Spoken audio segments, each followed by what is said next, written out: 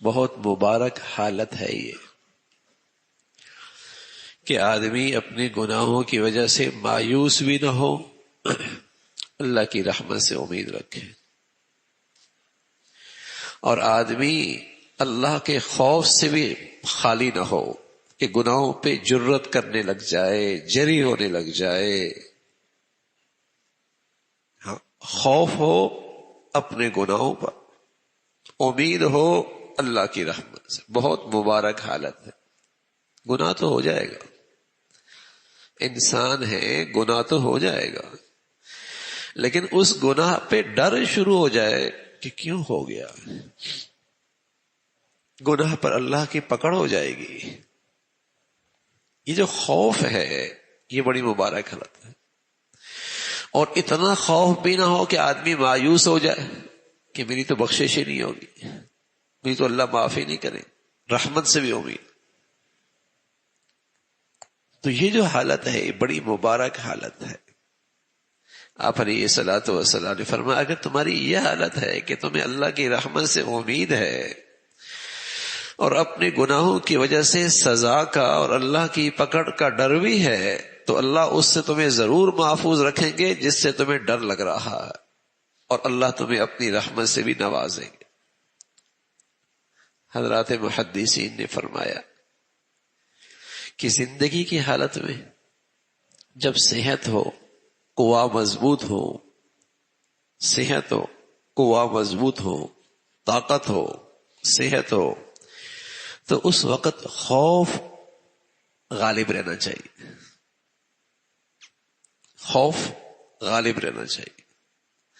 اور جب آدمی بڑھاپے میں چلا جائے، اعصاب کمزور ہو جائیں، اعمال اتنے نہیں کر پاتا، یا بیماری کی آخر حالت میں ہو، تو وہاں امید غالب ہونی چاہیے۔ اللہ کے نبی کے احادیث کو سامنے رکھ کر حضرات محدثین نے لکھا کہ عام حالت میں آدمی میں خوف غالب ہو، اپنے گناہوں کی وجہ سے، اللہ کی پکڑ کی وجہ سے خوف غالب ہو، تاکہ یہ چیز اسے گناہوں سے روک دے۔ اور بڑھاپے میں جب اعصاب اور قوا کمزور ہو جائیں یا زندگی کی آخری لمحات ہو، تو وہاں امید غالب آ جائے کہ اب تو عمل کر نہیں سکتا، اللہ کی رحمت سے امید ہے معاف کر دیں۔ لیکن شیطان کیا کرتا ہے، آخری لمحوں میں مایوس کر دیتا ہے، اب تیرا کیا بنے گا، اب تیرا کیا ہوگا، اب تو مارا گیا۔ اور جب تک صحت اور قوت ہوتی ہے تو شیطان دھوکہ دیتا ہے، اللہ بڑا رحیم ہے، اللہ بڑا مہربان ہے، اور گناہوں پہ جرت کرتا رہتا ہے۔ یہ نادان آدمی گناہوں پہ جری رہتا ہے، گناہوں پہ اصرار کرتا رہتا ہے۔ یہ ہلاکت ہے، یہ بربادی ہے۔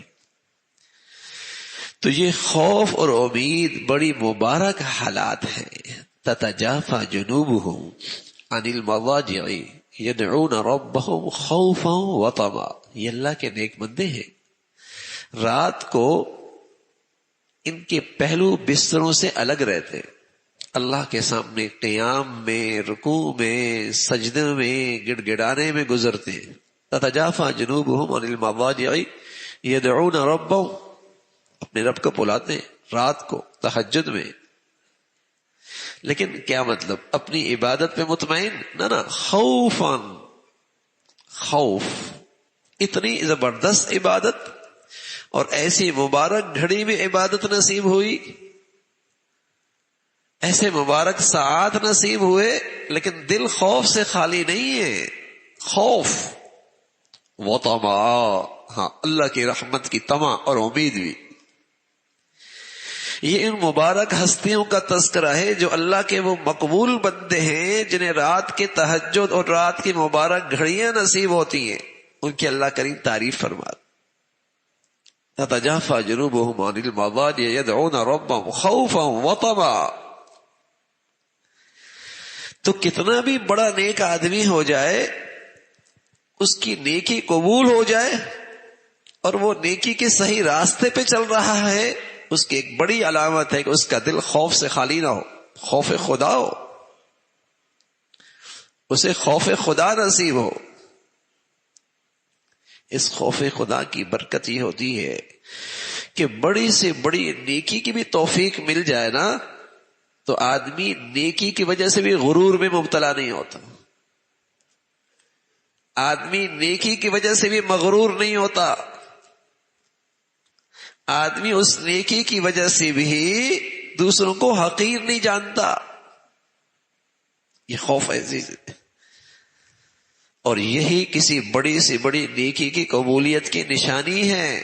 اس لیے اللہ کے نبی نماز پڑھتے تھے، اور نماز آپ کی نماز کیسے ہوگی؟ ساری امت کی نماز ایک طرف، آپ کی نماز ایک طرف، سب پہ بھاری. لیکن اب جب آپ نماز سے فارغ ہوتے تو سب سے پہلے کہتے اللہ اکبر، استغفر اللہ، استغفر اللہ، استغفر اللہ، معاف فرما دے، اللہ معاف فرما دے، اللہ معاف فرما دے. اللہ اکبر، ایسی بڑھیا نماز، اور وہ اللہ کے نبی کی نماز. لیکن اس کے بعد کہتے استغفر اللہ، استغفر اللہ، استغفر اللہ. یہ اللہ کے نبی کی سنت ہے. یہ کیا ہے؟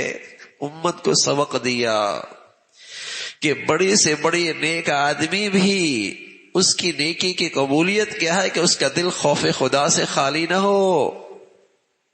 خوف